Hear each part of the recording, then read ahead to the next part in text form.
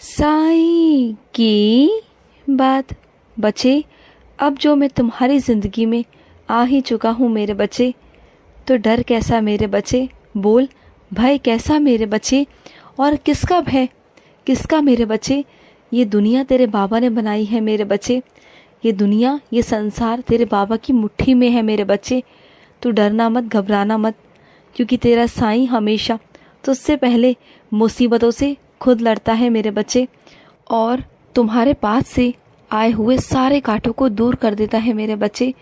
तेरे आगे रक्षक बनकर हमेशा खड़ा रहता है मेरे बच्चे, हमेशा और हमेशा मेरे बच्चे।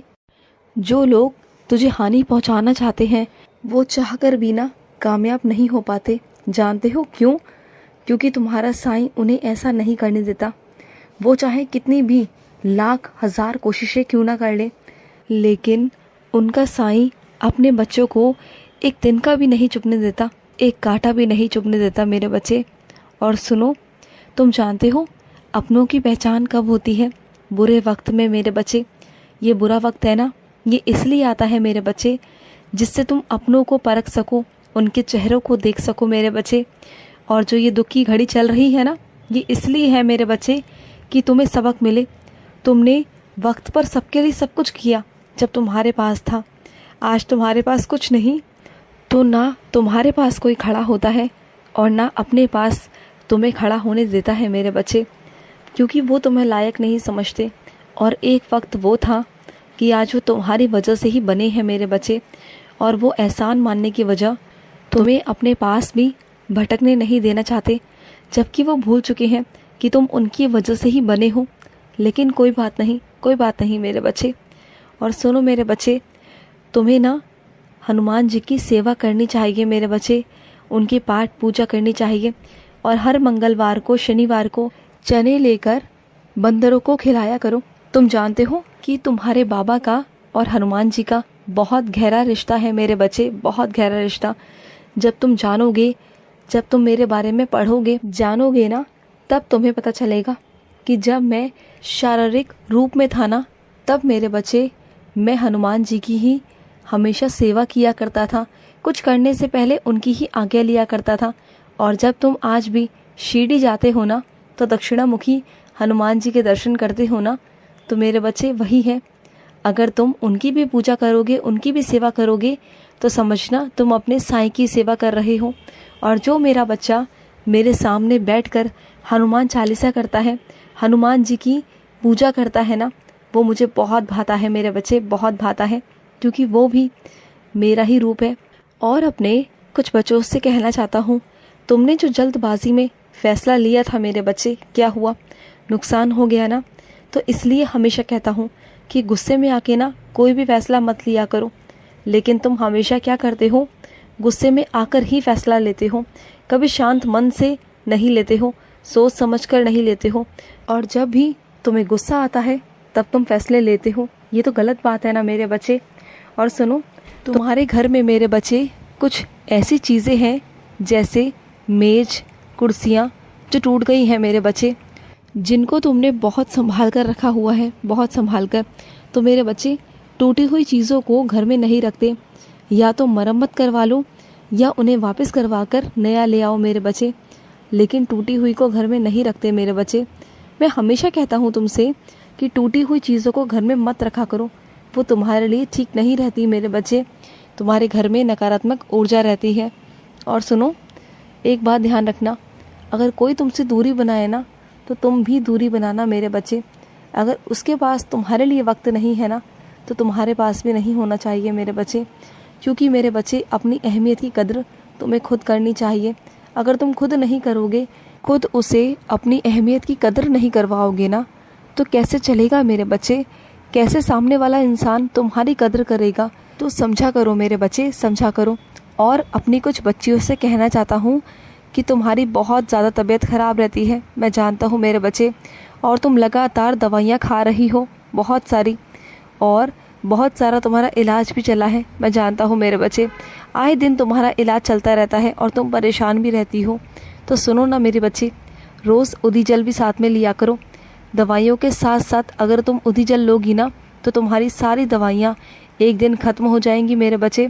बस उदी पर ज़िंदा रहना शुरू करो। जो मेरा बच्चा उदी पर ज़िंदा रहता है ना, उदी पर ही विश्वास करता है, वो चाहे शारीरिक बीमारी हो, मानसिक हो या कैसी भी हो मेरे बच्चे, कैसी भी परिस्थिति हो, उदी हर चीज़ में कारागार हो जाती है मेरे बच्चे। उसमें मेरा आशीर्वाद है, बहुत सारा आशीर्वाद है मेरा उदी में। अगर जो मेरा बच्चा उदी को प्रेम से सच्चे भाव से लेता है ना, उसे मैं हमेशा बहुत सारा प्यार करता हूँ। और कुछ मेरे बच्चे तो ऐसे हैं जो उदी के पैकेट को भी संभाल संभाल कर रखते हैं, उन्हें पैरों में नहीं आने देते। तो सुनो मेरे बच्चे, एक काम किया करो, उन्हें जला दिया करो मेरे बच्चे। अगर जलाओगे तो वो ख़त्म हो जाएंगे और वो किसी के पाँव में भी नहीं आएंगे। क्योंकि अक्सर ऐसा होता है मेरे बच्चे, जब तुम उदी का इस्तेमाल करते हो तो कुछ मेरे बच्चे उदी के पैकेट को फेंक देते हैं और कुछ मेरे बच्चे संभाल कर रखते हैं, क्योंकि वो प्यार करते हैं अपने साईं से, बहुत प्यार करते हैं। और जिस चीज़ पर मेरा नाम लिख जाए ना, वो उनके लिए पूजनीय हो जाती है। मैं जानता हूँ मेरे बच्चे, तुम मेरी उदी से बहुत प्यार करते हो, मेरे नाम से बहुत प्यार करते हो, और इसी तरीके से मैं भी तुमसे बहुत प्यार करता हूँ। तुम्हारी हर एक चीज़ से मैं बहुत प्यार करता हूँ, चाहे वो तुम्हारे रिश्ते हों, चाहे वो तुम्हारा कोई काम हो मेरे बच्चे। मुझे वो हर चीज़ प्यारी है जो मेरे बच्चे की है। और कुछ मेरे बच्चों को ना आजकल बहुत नींद आ रही है, बहुत ज़्यादा उन्हें आलस आता है। तो मेरे बच्चे, तुम एक काम किया करो, तुम्हारी नींद पूरी नहीं होती ना, तो तुम अपना समय से काम ख़त्म करके थोड़ी देर विश्राम किया करो मेरे बच्चे। अगर तुम ऐसा करोगे ना, थोड़ी देर के लिए 1-2 घंटा अगर तुम दिन में भी सो जाओगे तो तुम्हारी नींद पूरी हो जाएगी मेरे बच्चे, और तुम्हारे अंदर स्फूर्ति, तरोताज़ा बना रहेगा मेरे बच्चे। क्योंकि दवाइयाँ खाना एक समस्या का हल नहीं है मेरे बच्चे, ये हल नहीं है। तुम जानते हो कि तुम थकते भी क्यों हो? क्योंकि तुम सोचते बहुत हो, और जब तुम्हारा दिमाग सोचना बंद कर देता है ना, बहुत ज़्यादा सोचते हो, थक जाता है मेरे बच्चे। जिस तरीके से मेरे बच्चे तुम अपने शरीर को आराम देते हो ना, उस तरीके से अपने दिमाग को भी शांत रखा करो मेरे बच्चे। क्योंकि सब कुछ मेरे बच्चे दिमाग से ही है। अगर तुम्हारा दिमाग थकेगा तो शरीर भी थक जाता है मेरे बच्चे। तुम चाहे कुछ भी मत करो, लेकिन अगर तुम सोचोगे ज़्यादा ना, तो तुम्हारा दिमाग थकेगा मेरे बच्चे। दिमाग थकेगा तो शरीर अपने आप थकेगा मेरे बच्चे। तो थोड़ा आराम किया करो, शारीरिक भी और मानसिक भी मेरे बच्चे। और सुनो मेरे बच्चे, कुछ मेरे बच्चे ऐसे हैं जो मेरे ही बच्चों से बात करना चाहते हैं, उनका बहुत मन है। वो जब उनसे बात करते हैं ना, तो उनका दिल हल्का होता है, उनकी हर समस्या का हल उन्हें वहाँ से मिल जाता है। और यही तो मेरी कृपा है मेरे बच्चे। जब तुम बहुत प्यार से, सच्चे दिल से मेरे बच्चों से बातें करते हो ना, तो मैं उन्हीं के रूप में आके तुम्हें हल दे जाता हूँ मेरे बच्चे, और तुम समझ जाते हो, और फिर तुम उसी मार्ग पर चलते हो। उसी मार्ग पर चल के तुम्हें सफलता भी प्राप्त होती है मेरे बच्चे। और इसी तरह से हमेशा रहा करो मेरे बच्चे। और सुनो, तुम वहाँ गए नहीं थे, लेकिन मैंने तुम्हें बुलाया था, इस वजह से तुम वहाँ पर आ पाए। तुम्हें क्या लगा कि तुम यूं ही चले गए? ना, बिल्कुल नहीं मेरे बच्चे। जब तक मैं किसी को बुलाता नहीं ना, कोई आ नहीं सकता मेरे द्वार में। अगर मेरे पास तुम आ रहे हो ना, तो वो मेरी मर्जी है कि तुम आओ। मेरी मर्जी के बिना ना एक पत्ता भी नहीं हिलता मेरे बच्चे। तो मेरे पास कोई कैसे आ सकता है, बताओ? और सुनो, शिव मंदिर जाना ज़रूर मेरे बच्चे, शिव मंदिर जाना। वहाँ से तुम्हें कुछ प्राप्त होगा, कुछ ऐसा प्राप्त होने वाला है जिसके बारे में तुम काफ़ी दिनों से सोच रहे हो। तुम बहुत दिनों से परेशान हो, भटक रहे हो, तुम्हें कुछ समझ में नहीं आ रहा। तो वहाँ ज़रूर जाना, वहाँ से तुम्हारी मन्नत पूरी हो जाएगी। इस महीने ना तुम जितना हो सके शिव मंदिर जाओ, और हो सके तो तुम बेलपत्र ज़रूर चढ़ाना शिव पर, और 1 लोटा जल का ज़रूर चढ़ाना। और मैं तुमसे ये कहता हूँ कि जितना हो सके इस महीने में ना कुत्तों को दूध और बिस्किट डालो, जितना हो सके करो।